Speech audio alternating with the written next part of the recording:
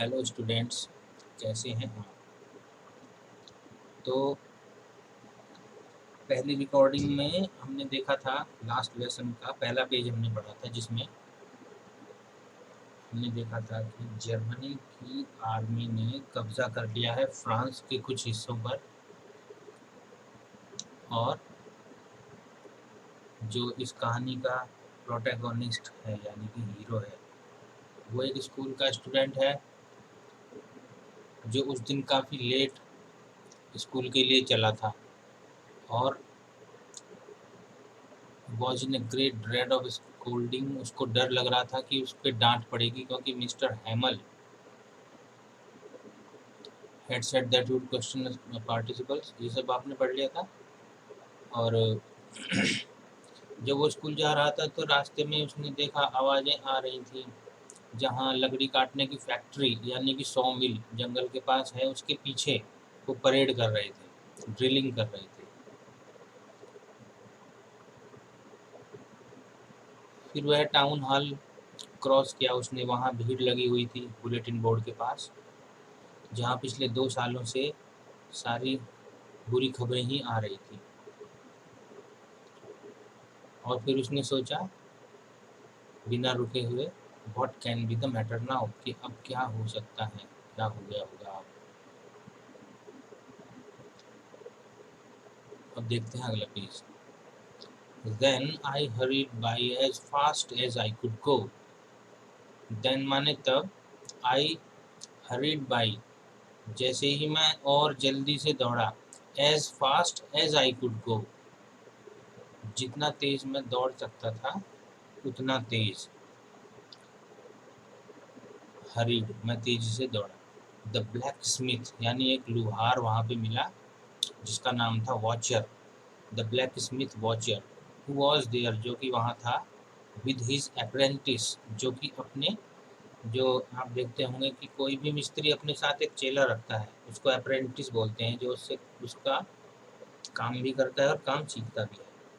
तो वॉचर अपने अप्रेंटिस के साथ था, रीडिंग द बुलेटिन जो उस बुलेटिन को पढ़ रहा था, कॉल्ड आफ्टर मी और उसने मुझको बोला, मुझको पुकारा।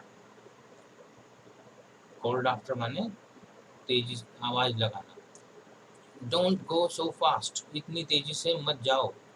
बब, बब का मतलब है जब किसी लड़के को थोड़ा इंसल्टिंग तरीके से बुलाते हैं, जैसे बोलते हैं अबे, अबे और लड़के, इस तरह। तो don't go so fast bub, you'll get to your school in plenty of time, कि स्कूल जाने के लिए तुम्हारे पास बहुत टाइम है। ये इस कौमी का मतलब है शॉर्ट फॉर्म, ये विल की शॉर्ट फॉर्म है। आजकल क्या होता है इंग्लिश में, विल और शैल में बड़ा कन्फ्यूजन है, तो उस कन्फ्यूजन को ख़त्म करने के लिए कॉमा लगा के डबल एल लगा देते हैं, तो ये यूल बन जाता है। You'll get to your school, get to माने पहुंच जाओगे।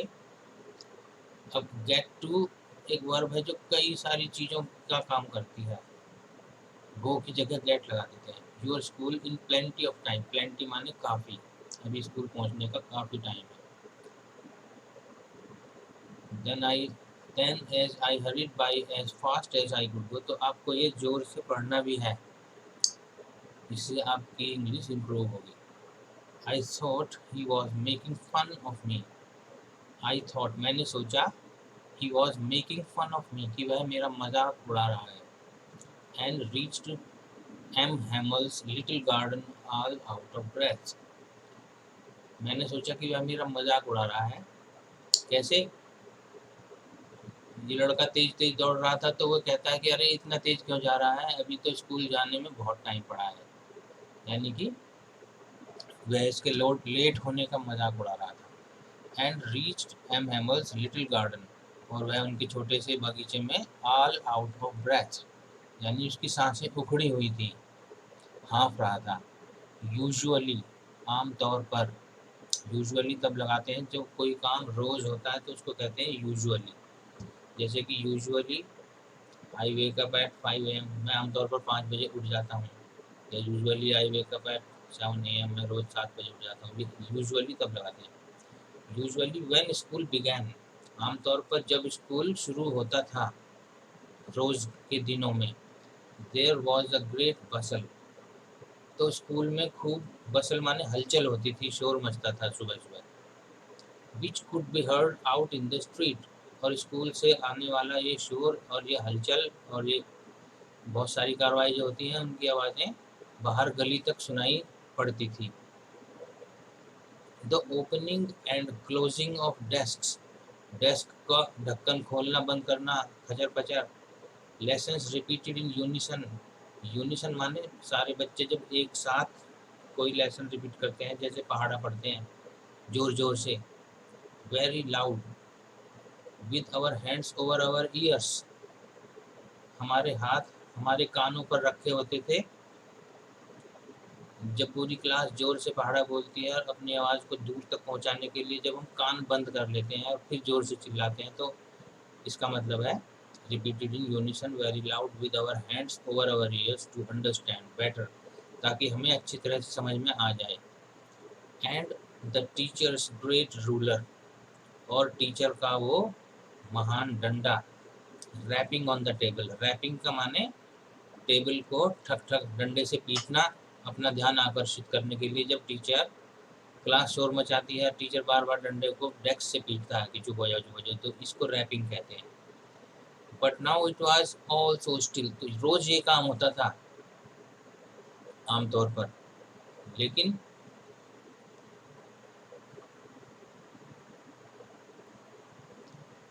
बट नाउ, लेकिन अब, इट वॉज ये था, ऑल सो स्टिल, बिल्कुल शांत था, स्टिल माने रुका हुआ।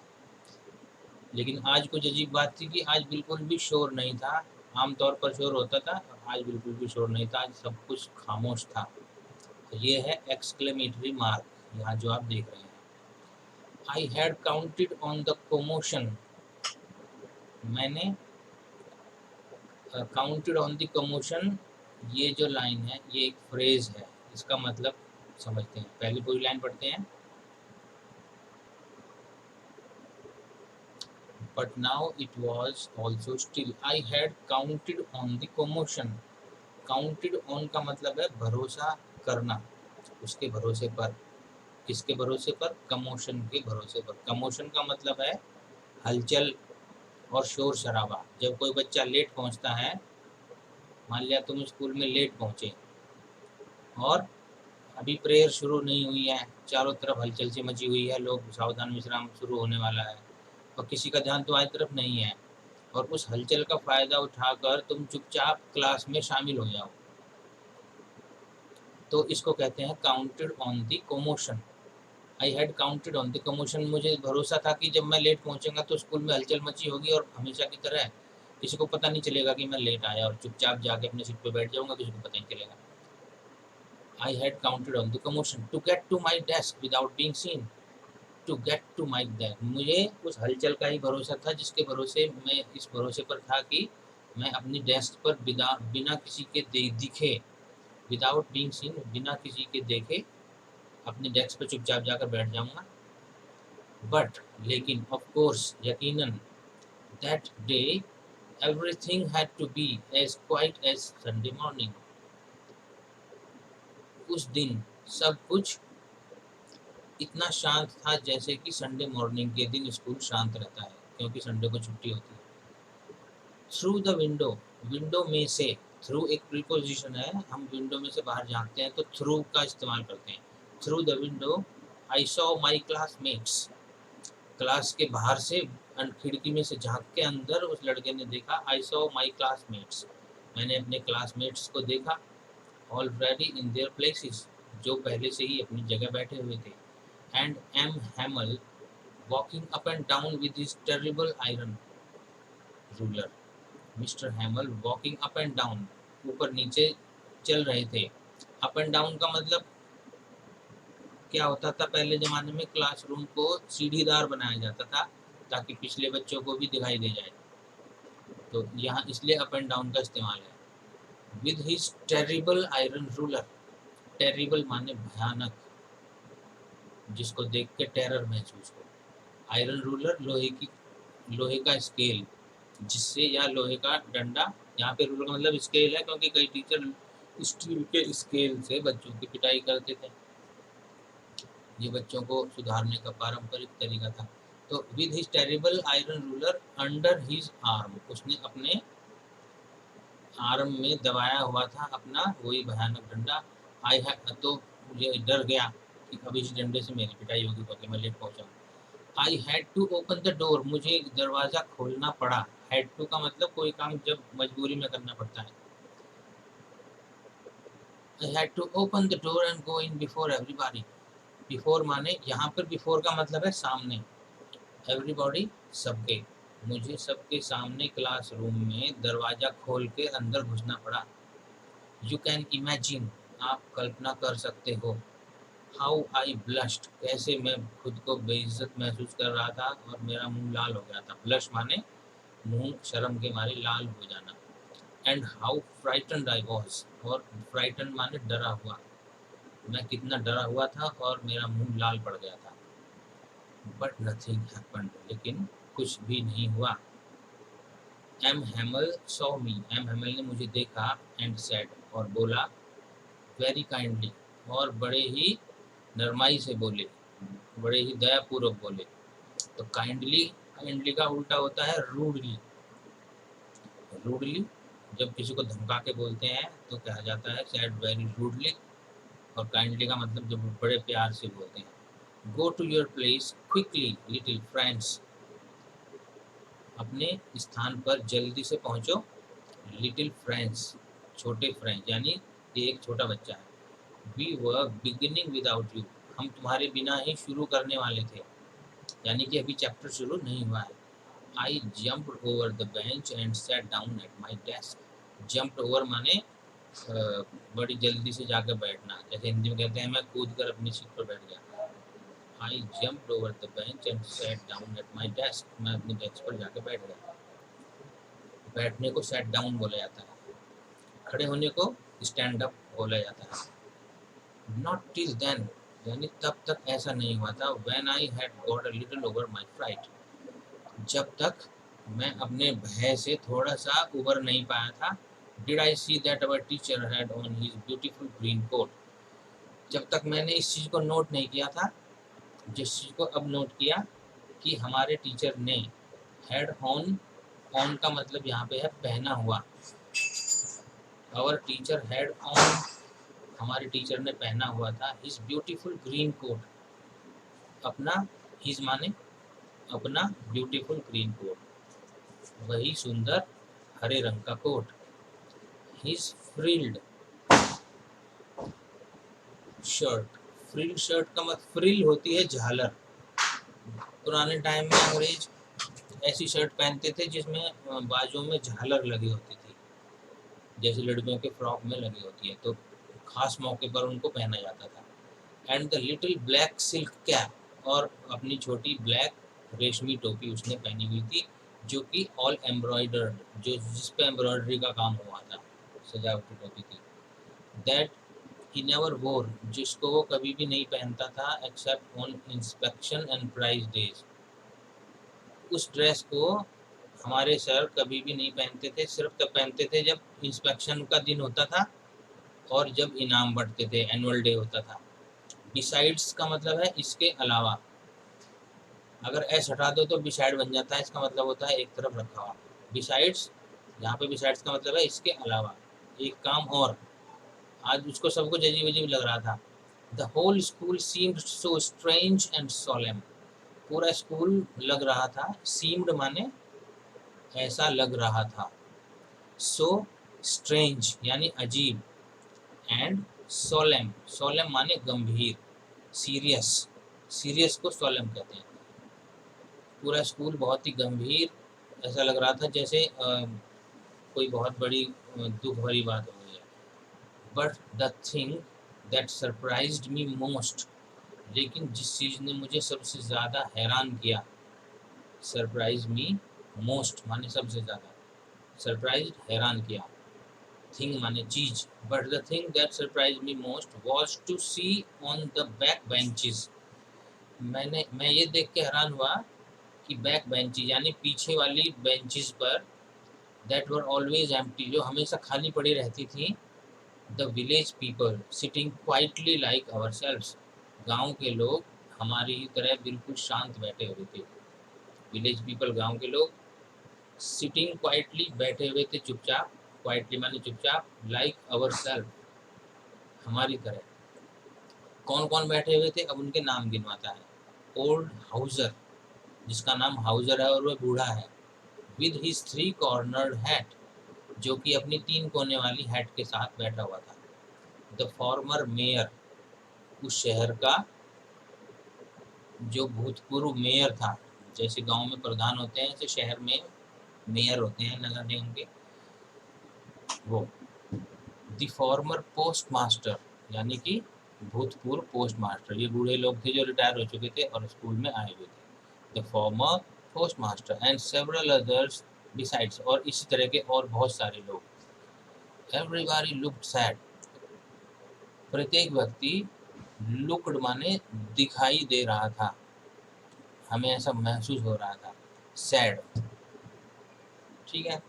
तो एवरीबॉडी लुक्ड सैड, प्रत्येक व्यक्ति दुखी लग रहा था, लुक्ड माने लग रहा था।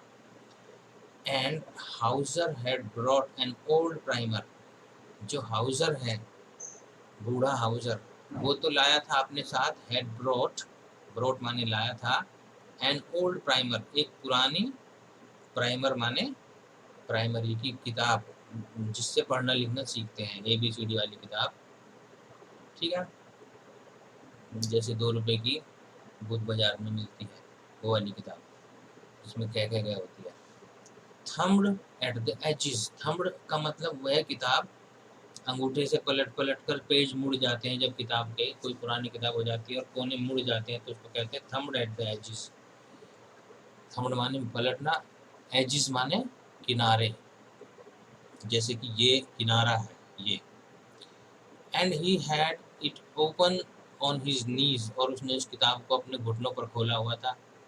विद हिज ग्रेट स्पेक्टिकल्स, यहाँ पे ग्रेट का मतलब है बड़े, अपने बड़े बड़े चश्मे, स्पेक्टिकल्स चश्मों को कहते हैं, लाइंग अक्रॉस द पेजेस, और इस किताब के ऊपर उसका चश्मा रखा हुआ था, लाइंग माने पड़ा हुआ था, अक्रॉस द पेजेस, पेजेस के ऊपर। आगे, while I was wondering, while माने जबकि, जबकि मैं, wondering about it at all, जबकि मुझे हैरानी हो रही थी, wonder माने हैरानी, मैं हैरानी कर रहा था इस सब चीज पर। M Hamel mounted his chair, M Hamel अपनी सीट पर बैठे। माउंटेड के 2 मतलब होते हैं, एक तो माउंटेड का मतलब होता है घोड़े पर बैठना, एक माउंटेड का मतलब होता है किसी चीज जो नीचे रखी है उसको उठाकर ऊपर रख देना, ये माउंट के 2 मतलब होते हैं। तो यहाँ पर मिस्टर हैमल माउंटेड हिज चेयर का हम ये मतलब निकालेंगे कि मिस्टर हैमल अपनी सीट पर बैठ गए, and in the same grave and gentle tone, और उसी ग्रेव माने गंभीर, जेंटल माने नरम, गंभीर किंतु नरम अपनी टोन में उसने अपनी आवाज में बोला, which he has used to me, जिस तरह से मेरे से प्यार से बोला था आज में एम हैमल ने, तो उन्होंने फिर उसी प्यार से बोला, सैड यानी कि बोला, माई चिल्ड्रन, मेरे बच्चों, this is the last lesson I shell give you, यह वो लास्ट लेसन है जो मैं तुम्हें दूंगा, गिव यू दूंगा।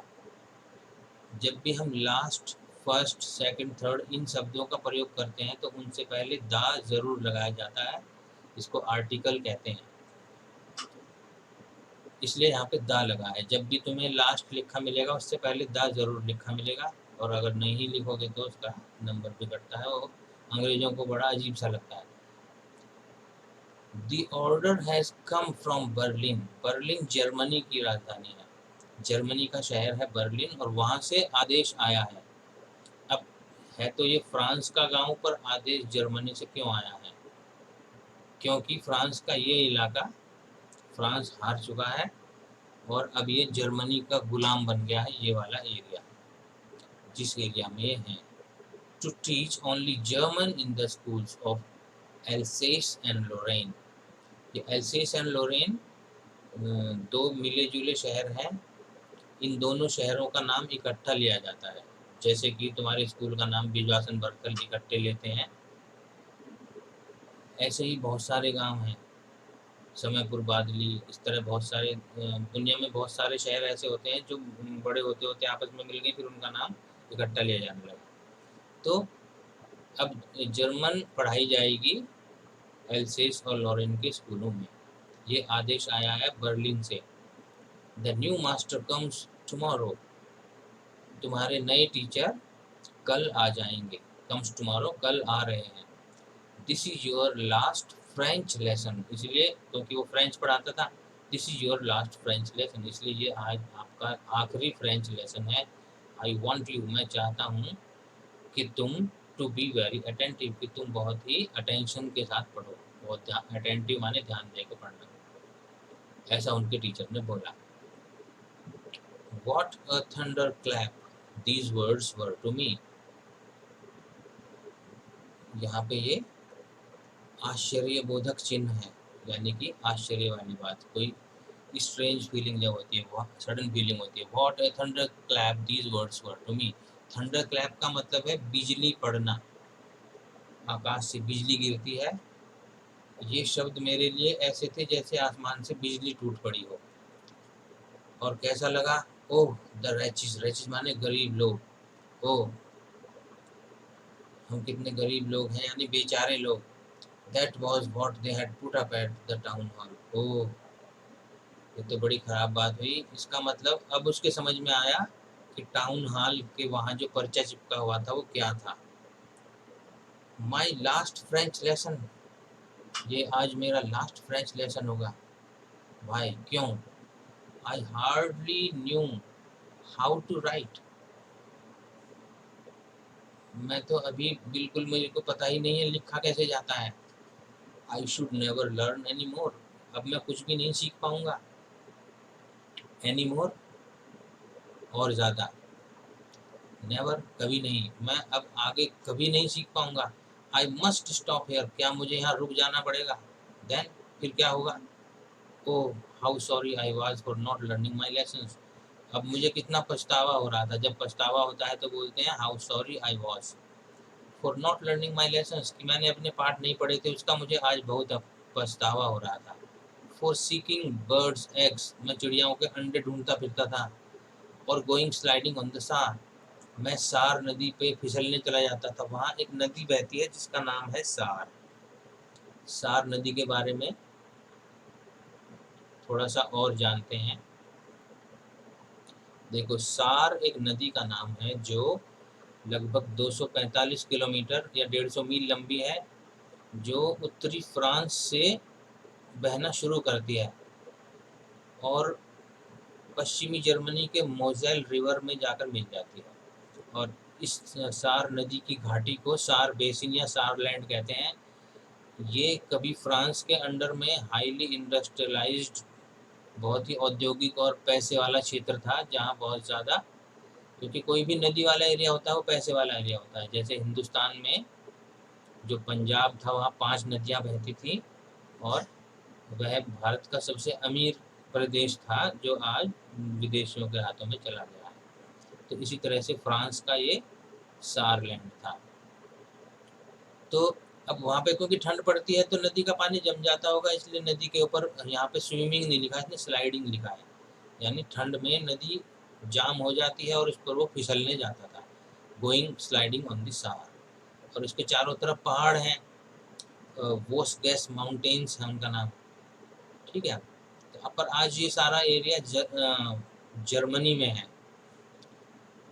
That had seemed such a nuisance a while ago, कि माई बुक्स, मेरी किताबें, जो अब तक दैट हैड सीम्ड, जो लगती थी, such a new sense a while ago, जो मुझे अभी थोड़ी देर पहले तक आफत लगती थी। न्यू सेंस माने आफत, ए व्हाइल अगो माने कुछ समय पहले तक।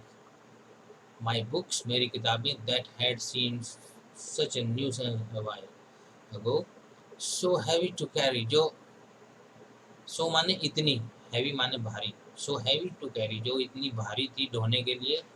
माई ग्रामर, मेरी ग्रामर की किताब, and my history of the saints, और संतों के इतिहास की किताब, वर ओल्ड फ्रेंड्स नाउ, ये मेरी वे पुराने साथी थी ये किताबें, now that I couldn't give up, जिनको अब मैं छोड़ना नहीं चाहता था। गिव अप माने छोड़ना, इनको मैं छोड़ नहीं सकता था। कुड नॉट माने नहीं सकता था। ये किताबें मेरी वो साथी थी जिनको मैं अब छोड़ नहीं सकता था। एंड एम हैमल टू, और मैं अपने टीचर को भी छोड़ नहीं सकता था। टू माने भी।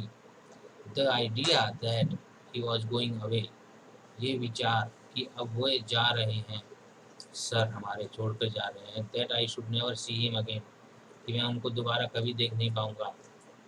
Made me forget all about his ruler and how cranky he was, इस विचार ने ही मेड मी फॉरगेट, इस विचार ने भुला दिया मेरे अंदर से ऑल अबाउट हिज, क्योंकि वो उनके डंडे का जो भय था वह मैं भूल गया कि वो डंडे से कितनी पिटाई करते थे। And how cranky he was, cranky माने सन की। बच्चे अपने टीचर को सन की ही मानते हैं जो पिटाई करते हैं, मुझे लगता है टीचर पागल है इस तरह। और मुझे अब ये भी नहीं लग रहा था कि वह टीचर भयानक है और पागल है। पुअर मैन, अब तो मुझे दया आ रही थी इस टीचर पर।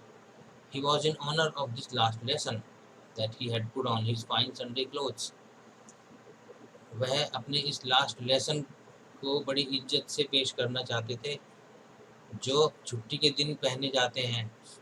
संडे क्लोथ्स का मतलब है वो ईसाई देश है और वहाँ संडे को चर्च में जाते हैं लोग अच्छे अच्छे कपड़े पहनकर, इसलिए यहाँ पे बोला गया है फाइन संडे क्लोथ। तो इंडिया में संडे क्लोथ का मतलब कुछ और होगा, यहाँ छुट्टी का दिन होता है और हम सब अपने घर के कपड़ों में रहते हैं। तो यहाँ पे फाइन संडे क्लोथ का मतलब है बहुत ही सुंदर कपड़ों में वो आए थे। नाउ आई अंडरस्टूड, अब मैं समझ सकता था। क्या? Why the old man of the village were sitting there in the back of the room, कि क्यों गांव के बूढ़े लोग कमरे के पीछे बैठे थे। It was because they were sorry, क्योंकि वे दुखी थे। यहाँ पे सॉरी का मतलब है दुखी और पछतावा दोनों चीज। Too, that they had not gone to school more, कि वे उन्होंने बचपन में काफी टाइम पहले पढ़ना छोड़ दिया था। इस पछतावे को पूरा करने के लिए आज वो आए थे। It was their way of thanking our master for his 40 years of faithful service, यानी वह टीचर 40 सालों से पढ़ा रहे थे उस गांव में, और अगर 20 साल के भी पढ़ाने आए होंगे तो अब कम से कम 60 साल के हो चुके थे। यानी कि ये जो लोग गांव के बैठे थे, इस टीचर ने उनको भी पढ़ाया हुआ था जो वे लोग बच्चे थे जो गांव के अब बूढ़े होकर यहाँ पे आए हुए हैं। तो इस तरह से वो इस टीचर को सम्मान और थैंक यू बोलना चाहते थे। And of showing their respect for the country that was theirs no more, और वे अपने उस देश को सम्मान देना चाहते थे जो देश अब उनका नहीं रहा था, अब वे गुलाम बन चुके थे। While I was thinking of all this, जब मैं सोच रहा था ये सब, जब जिस वाक्य में वाइल आता है उसमें वर्ब के साथ इंग आता है, ये चीज़ तुम्हें ध्यान रखनी है क्योंकि पेपर में ये चीज़ें भी आती है। आई हर्ड माई नेम कॉल्ड, मैंने सुना मेरा नाम पुकारा गया। कॉल्ड माने पुकारा गया, हर्ड माने सुना। I heard my name called, मैंने सुना कि मेरा नाम पुकारा गया। It was my turn to recite, मेरी बारी थी बोलने की। रिसाइट माने पाठ को जोर जोर से बोल के रिपीट करना है। Why, what would I not have given to be able to say that dreadful rule for the participle although, और मेरे को तो याद ही नहीं था पार्टिसिपल का वो rule. What would I not have given to be able to say, what would यानी क्या होगा, यदि मैं नहीं सुना पाया वह भयानक rule of participle. Very loud and clear, बिल्कुल स्पष्ट और ऊंची आवाज में अगर मैंने वो नियम जोर से बोल के नहीं सुना है तो क्या होगा। एंड विदाउट वन मिस्टेक, और वो भी बिना गलती के मुझे सुनाना है। But I got mixed up on the first words, लेकिन मैं तो शुरू में ही मिक्सड अप माने शब्दों की गड़बड़ी हो गई पहले शब्दों में ही। एंड स्टूड देयर, और मैं चुपचाप खड़ा हो गया। Holding on to my desk, अपनी डेस्क को पकड़े हुए। माई हार्ट बीटिंग, मेरा दिल जोर से धड़क रहा था। And not daring to look up, और डेयरिंग माने हिम्मत, मेरी हिम्मत नहीं हो रही थी कि मैं ऊपर मुंह उठाकर देख सकूं क्योंकि वो नियम याद नहीं था। I heard M Hamel to say to me, मैंने सुना एम हैमल ने मुझसे कहा। I won't scold you little friends, मैं तुमको धमकाऊंगा नहीं little friends. You must feel bad enough, तुम्हें बुरा महसूस होना चाहिए, तुम्हें अभी बहुत बुरा लग रहा होगा। सी हाउ इट इज़, देखो कितना बुरा लग रहा है। Every day we have said to ourselves, रोज़ रोज़ हम खुद से कहते हैं, वाह I have plenty of time, कि अरे छोड़ो बहुत टाइम पड़ा है अभी तो, आई लर्न इट टुमारो, मैं इसको कल याद कर लूँगा। And now you see where we have come out, और आज तुम देखते हो हम कहाँ पे आ खड़े हुए हैं। Ah, that's the great trouble with Alsace, ये ही महान, ये मतलब सबसे बड़ी दिक्कत यही है एल्सेस के साथ। एल्सेस उनके शहर का नाम है। She puts of learning till tomorrow, कि एल्सेस के लोग अपनी पढ़ाई को कल पर धकेलते रहते हैं। Now those fellows out there, अब जो लोग बाहर खड़े दिखाई दे रहे हैं, जर्मनी के सिपाही, will have the right to say to you, अब जर्मन के लोगों को तुम्हें ये कहने का अधिकार होगा, हाउ इट इज़, हाँ कैसे हो, कि pretend to be Frenchman, तुम फ्रेंच मैन बनने का ढोंग करते थे, and yet you can neither speak nor write your own language, और जब वो तुमसे फ्रेंच सुनेंगे तो कहेंगे अरे तुम कैसे फ्रेंच मैन हो, तुम तो अपनी भाषा को न सुन सकते हो न लिख सकते हो। But you are not the worst, poor little French, we have all a great deal to reproach our self with, पर इसमें तुम्हारी गलती नहीं है, हम सबकी इसमें सामूहिक गलती है।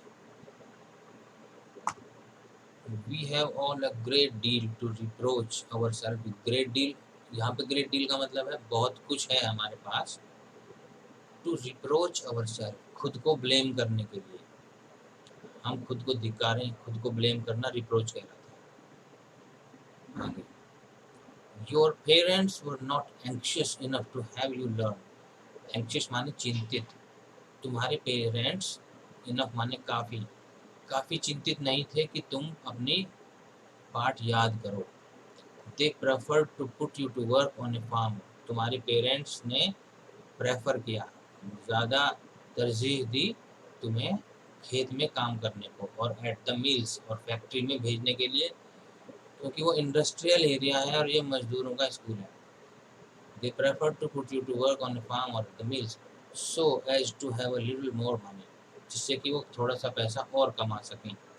एंड आई, और मैं, I have been to blame also, और इसमें मेरा भी दोष है। Have I not often sent you to water my flowers, क्या मैंने तुमसे अपने छोटे छोटे काम नहीं कराए हैं, जबकि मुझे उस टाइम तुम्हें और ज़्यादा पढ़ा देना चाहिए था, जैसे कि मैंने तुमसे अपने बगीचे में फूलों में पानी दिलवाया है। Instead of learning your lessons, कि जब मैं तुमसे तुम्हारा पाठ याद करवाता और मैं तुमसे छोटे छोटे काम करवाता था। And when I wanted to go fishing, और जब मैं मछली पकड़ने जाना चाहता था, did I not just give you a holiday, तब क्या मैंने तुम्हारी छुट्टी नहीं कर दी थी। Then from one thing to another M Hamel went on to talk of the French language, तब टॉपिक चेंज करते करते फिर वो फ्रेंच लैंग्वेज के बारे में इस तरह से बात करते रहे। सेइंग दैट, उन्होंने बताया, it was the most beautiful language in the world, उन्होंने बताया कि ये दुनिया की सबसे खूबसूरत लैंग्वेज है, यानी प्रत्येक देश के लोग अपनी लैंग्वेज को दुनिया की सबसे खूबसूरत लैंग्वेज मानते हैं। जैसे हमारे हिंदुस्तान में हमारी संस्कृत और हिंदी भाषाएं सबसे खूबसूरत भाषाएं हैं, और जहाँ पे अंग्रेज़ों के हम गुलाम बन गए तो दूसरी भाषाएं पढ़नी पड़ी। द क्लियरेस्ट, फ्रेंच को clearest, most logical, that we must guard it among us and never forget it.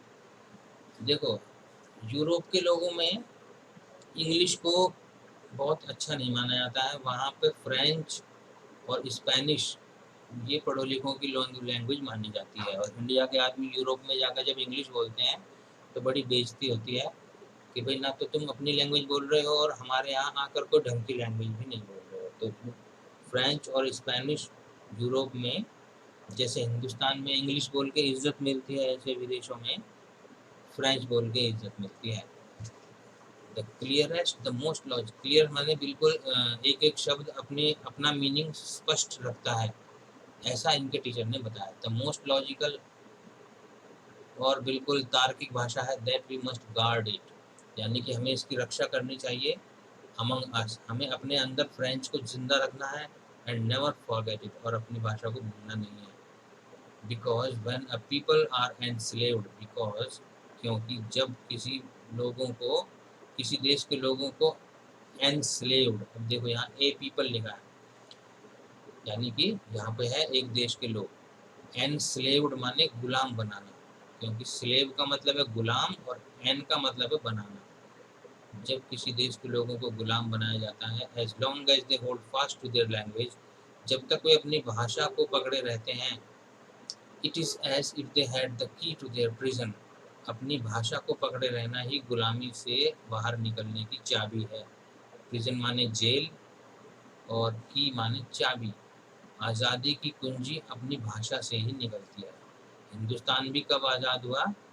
जब आज़ादी का आंदोलन अपने देश की भाषाओं में मैसेज इधर से उधर पहुंचते थे। लोग अपनी भाषा से जो प्यार करते हैं वही अपने देश से प्यार करते हैं।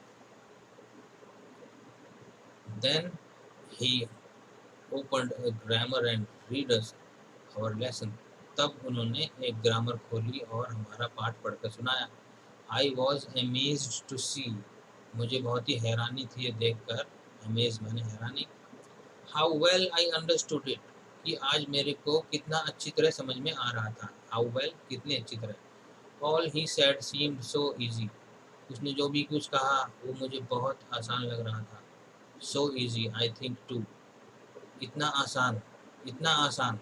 सो इजी आई थिंक, मैंने सोचा, too that I had never listened so carefully, कि आज से पहले मैंने इतना ध्यान से कभी टीचर को सुना ही नहीं, और पहले सुन लेता तो सब कुछ समझ में आ जाता। And that he had never explained everything with so much patience, और मैंने ये भी देखा कि उन्होंने भी आज से पहले इतने धैर्यपूर्वक सब कुछ इस तरह से एक्सप्लेन नहीं किया था। थोड़ी थोड़ी बात पर पीटने लगते थे। पेशेंस माने धैर्यपूर्वक किसी बात को समझाना। इट सीम्ड, ऐसा लगता था, almost as if the poor man wanted to give us all he knew before going away, ऐसा लग रहा था कि ये बेचारे सर, यहाँ पर पुअर का मतलब है बेचारा, कि बेचारे हमारे सर जो कुछ भी उन्हें आता था, वांटेड टू गिव अस, वह हमें दे देना चाहते थे, ऑल ही न्यू, जो कुछ भी उन्हें आता था, बिफोर गोइंग अवे, जाने, गोइंग अवे माने चले जाना, जाने से पहले वह हमें सब कुछ पढ़ा देना चाहते थे। And to put it all into our heads, और हमारे दिमाग में सब कुछ डाल देना चाहते थे, एट वन स्ट्रोक, एक ही झटके में। It seemed almost as if the poor man wanted to give us all he knew before going away, and to put it all into our heads at one stroke, कि वे एक ही झटके में सब कुछ हमें पढ़ा देना चाहते थे। अब यहाँ पे है ये, थिंक एज यू रीड, पढ़ते पढ़ते इस बारे में सोचो। What was France expected to be prepared with for school that day. Expected माने उम्मीद करना, फ्रांस से क्या उम्मीद की जा रही थी, उस दिन वो क्या याद करके आएगा। What did France notice that was unusual about the school that day? Unusual माने अजीब, usual माने रोज होने वाला, unusual जो रोज नहीं होता है। तो फ्रांस ने कौन कौन सी चीज़ें नोटिस करी जो स्कूल में अजीब हो रही थी और जो रोज नहीं होती थी। तीसरा, what had been put up on the bulletin board, bulletin board पर क्या सूचना लगाई गई थी। तो इन 3 क्वेश्चंस के आंसर आप पहले हिंदी में लिखने की कोशिश करो और फिर उसको इंग्लिश में लिखने की कोशिश करके ग्रुप में आपको भेजना है। तो ये था आपका सेकंड वीडियो। अब थर्ड वीडियो में इससे आगे का हम पढ़ेंगे।